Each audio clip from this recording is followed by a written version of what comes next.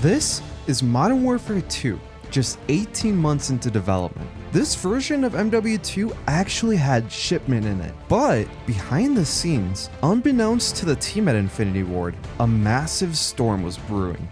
Project Icebreaker, an actual corporate espionage operation launched by Activision to dig up dirt on the studio heads Vince Zampella and Jason West, had just launched silently right around the time this build was compiled. This was such a wild investigation that Activision even had plans to distract Infinity Ward employees with fake fire drills to allow Activision investigators to sneak into the office and copy emails from the staff. This is the story of the greatest shooter ever made and the absolutely insane corporate divorce that completely destroyed its future.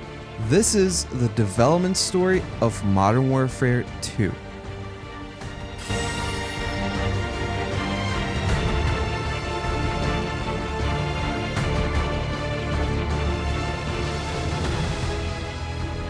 I'm Pounder McNasty, and I dive into the development cycles behind your favorite video games. If you enjoy the content this channel has to offer, I'd appreciate it if you took a moment to hit subscribe. Today, we dive into the insane development cycle of Modern Warfare 2.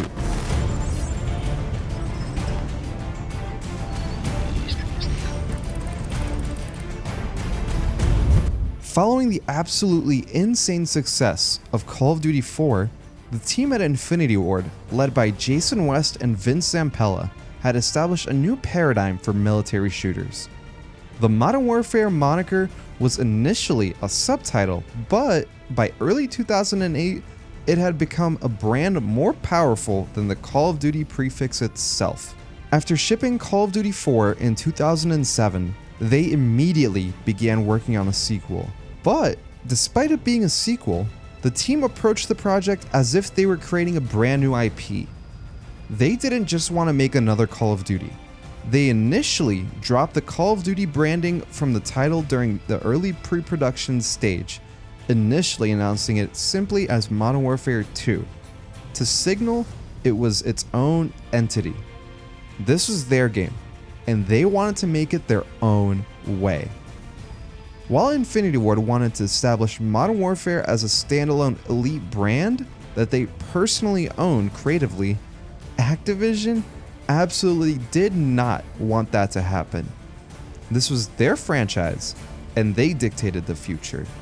In early 2009, when Infinity Ward officially announced the game as just Modern Warfare 2, Activision's marketing team grew terrified. They commissioned a study by the research firm OTX, which found that brand awareness for the game dropped by 20% once the Call of Duty name was removed. During pre-production, Wes and Zampella had successfully negotiated a contract that gave them absolute creative control over the Modern Warfare brand. Activision included a poison pill clause. If West and Zampella were ever fired, the creative rights to Modern Warfare would revert entirely to Activision. Executives at Activision reportedly felt the deal the duo had signed was too good and gave developers too much power. This led to a corporate environment where Activision was looking for any reason to terminate them before they could exercise that independence. Right off the bat, Activision and Infinity Ward were in a cold war with each other, with whomever blinking first losing the future of Modern Warfare forever. But despite the Cold War brewing in the boardroom, the atmosphere inside the studio was one of high-octane confidence. During pre-production, the focus wasn't on more of the same. It was on refining the feel of the game until it reached a state of cinematic perfection. The pre-production phase was dedicated to building the IW4 engine. Pre-production sketches and early blockouts focused heavily on multi-story environments. They wanted to break the corridor shooter mold by forcing players to look up, down, and through rooftops. Given the rapid development cycle of the Xbox 360 era, the pre-production for Modern Warfare 2 was surprisingly short. Technically, Official pre-production lasted for roughly 3 to 4 months at the beginning of 2008, but going into production is where the tensions between Activision and Infinity Ward began to rapidly ramp up.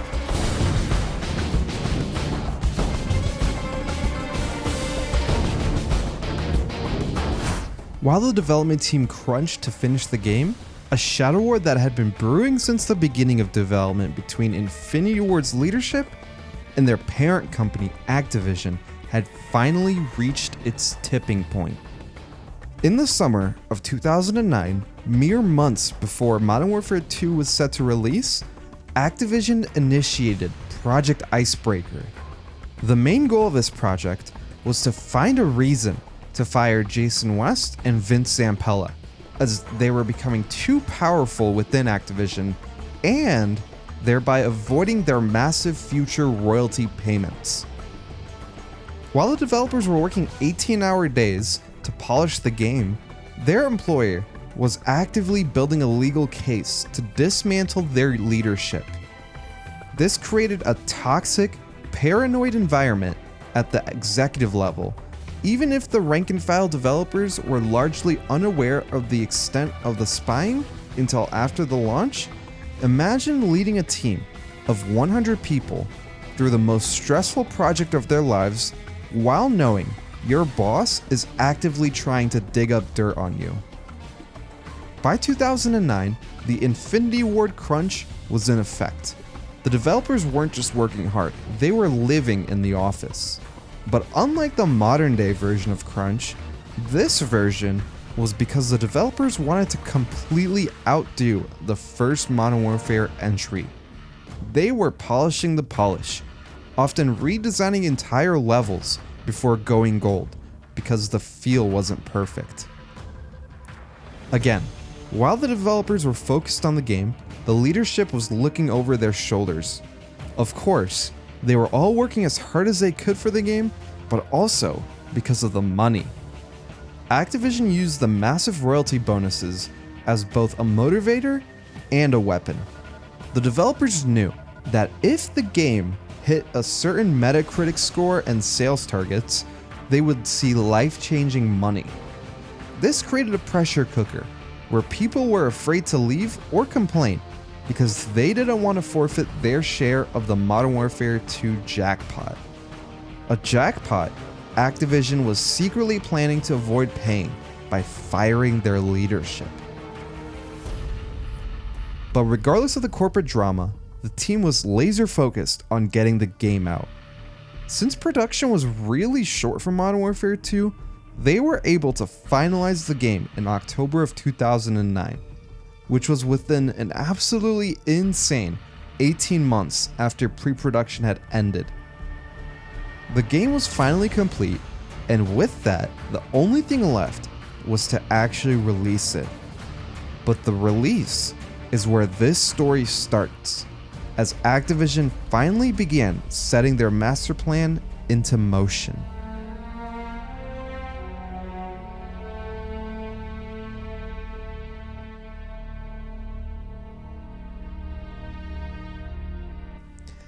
Immediately after launching Modern Warfare 2, it was obvious to both Activision and Infinity Ward that they had struck the right formula and created a massive hit. The game sold approximately 4.7 million copies in North America and the UK alone, generating $310 million in just 24 hours. This completely shattered previous records for any entertainment launch, including the biggest Hollywood movie openings. But this success forced Activision to execute their plan. In order to keep the massive sales for Activision and the shareholders, in March 2010, months after the record-breaking launch and just as the first DLC pack was being prepared, Activision executed the plan formed during Project Icebreaker. Jason West and Vince Zampella were fired for insubordination and breach of contract. They were escorted out of the building by security. By firing them, Activision triggered a specific clause in their 2008 contract.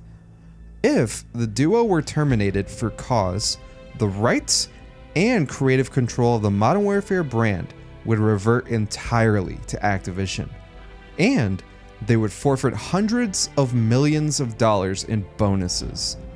This was their plan all along, to seize control of their new juggernaut. But the espionage over the development of the game wasn't something Vince and Jason took lightly. Alongside, of course, canceling their almost $36 million bonus, West and Zampella argued that Activision never intended to pay their Modern Warfare 2 bonuses. So, they sued Activision. The lawsuit happened just 3 days after their firing.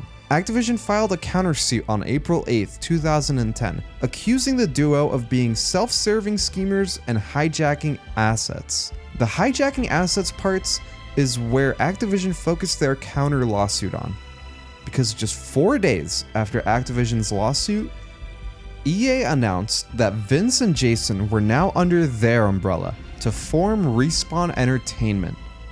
Activision's entire argument was built on the fact that it would have been impossible for EA and the founders to form a deal in such short a time unless they were in talks before separating from Activision. Activision amended its suit in December 2010 to include EA as a defendant, stating that their competitor had worked with West and Zampella to destabilize, disrupt, and destroy Infinity Ward, and sought $400 million in damages. However, the conflict wasn't just between the founders and the publisher. Nearly 40 other Infinity Ward employees sued Activision separately. They claimed Activision was withholding their bonuses as ransom to force them to stay and finish Modern Warfare 3. Shortly after the firing, a mass exodus occurred, with dozens of developers resigning to join West and Zampella at their newly formed studio Respawn Entertainment.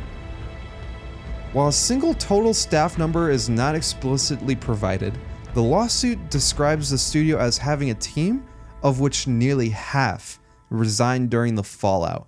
Again, many of those who resigned joined West and Zampella at their new studio. By May of 2012, the trial of the century for the gaming industry was about to begin in a Los Angeles courtroom. Hundreds of millions of dollars and the reputation of the world's largest publisher were on the line. But just as opening statements were about to start, the parties reached a secret settlement. While the exact number remains under NDA, Activision reportedly paid the 40 members of the Infinity Ward group $42 million just to get them to drop their claims. The settlement for West and Zampella were rumored to be significantly higher, potentially reaching into the hundreds of millions, effectively paying them the bonuses Activision had tried so hard to avoid. The fallout changed the landscape of gaming forever. Activision had to scramble to finish Modern Warfare 3, pulling in newly acquired Sledgehammer Games to help the skeleton crew that remained at Infinity Ward.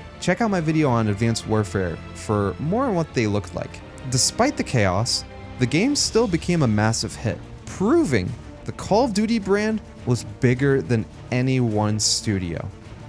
West and Zampella's new studio, Respawn Entertainment, was one of the best things EA has ever done in the history of the organization. They took their talent for tight, kinetic movement and eventually created Titanfall. Let me know in the comments if you want to see a video on that, by the way. Apex Legends, 2 Star Wars adventure games, and Vince Zampella even led Battlefield 6 after EA faced a similar exodus of talent from DICE. Unfortunately, that's where the legendary legacy of Vince Zampella was cut short, as he passed away in late December. As someone who practically pioneered the modern-day first-person shooter genre, it's hard to put into words the impact he's had on millions and millions of lives with his experiences, but the gaming industry will absolutely feel the devastation of this loss for decades to come. The tragedy of Modern Warfare 2 isn't just that the team was ripped apart, it's that it happened at exactly the moment they reached their summit. They had won, They had created the biggest entertainment product on the planet, only to find that the prize was a legal battle for their own professional lives. But looking back, the Modern Warfare divorce might be the most important thing to ever happen in the FPS genre. Without that fallout, we never get Titanfall, we never get Apex Legends, we never get the technical revitalization of Battlefield. The talent that Activision tried to icebreak ended up fertilizing the entire industry, proving that while you can buy a brand name, you can't own the soul of a studio. Vince Zampella and Jason West didn't just build a game, they built a standard. And even though that original team is gone, you can still feel their influence every time you sprint, mantle, or hit a headshot in a modern shooter. Modern Warfare 2 was the end of the era, but it was also the beginning of everything we love about games today. But before we close out, I wanted to take a moment to recognize today's sponsor, PlayTracker. PlayTracker is a platform that unifies every major gaming platform into one singular pane of glass. You can browse, organize, and label your full library in one place regardless of where you bought the game. You can give PlayTracker a spin with the link in the description or in the pinned comments down below. And again, massive thank you to PlayTracker for sponsoring this video. Thanks for watching, and as always, I'll see you in the next episode.